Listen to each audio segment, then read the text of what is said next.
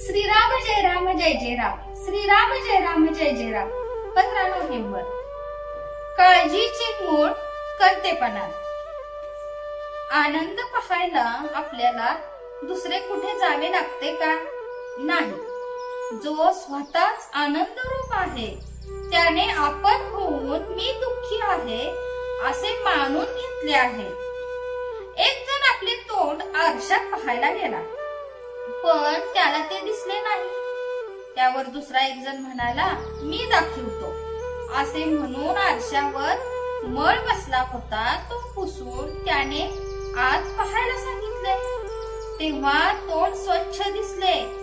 त्याचप्रमाणे साधू लोक करीत असतात, ते आपल्याला सांगत असतात की तूच ब्रह्मरूप आहेस, म्हणजे तू स्वतः सिद्ध आणि आनंद रूप आहेस।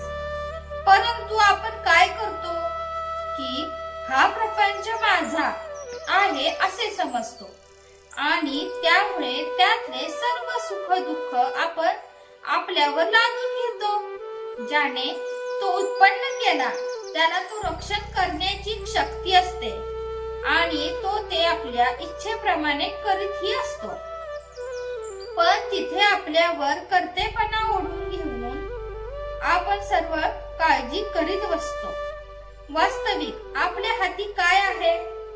परमात्म्याला काय करायचे ते तो करीत असतो, आपण मात्र काळजी करून शीन करून घेत असतो।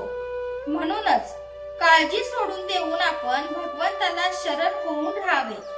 आपण त्याचे होऊन राहिले म्हणजे आपल्याला सुख दुःख होत नाही आणि मग आपल्याला त्या आनंदाचा लाभ मिळतो। काळजी ही मोठी विलक्षण असते। एका माणसाला आपल्या मुलाला चांगली नोकरी लागावी याची काळजी होती। पुढे त्याच्या मनाप्रमाणे नोकरी लागल्यावर त्या मुलाच्या लग्नाची काळजी सुरू झाली। काही दिवसांनी लग्न झाले, मग पुढे सून चांगली वागत नाही म्हणून काळजी लागली। नंतर तिला मूल होईना म्हणून काळजी लागली। काही दिवसांनी तिला मूल झाले, त्या मुलाला फीट येऊ लागली म्हणून त्याला काळजी लागली।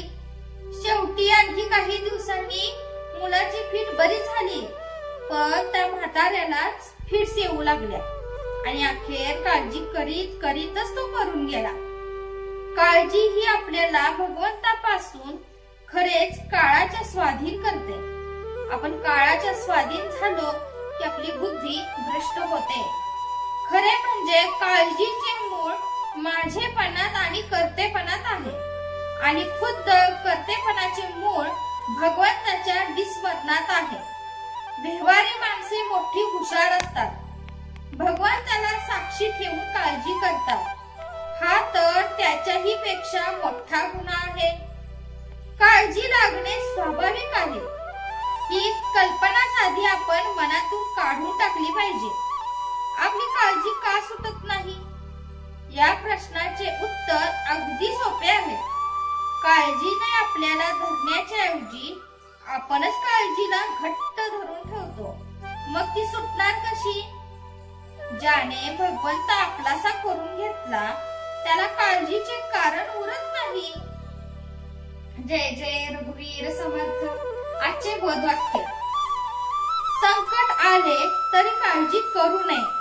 भगवंत करतो ते आपल्या हिताचे करतो ही दृष्टी असावी।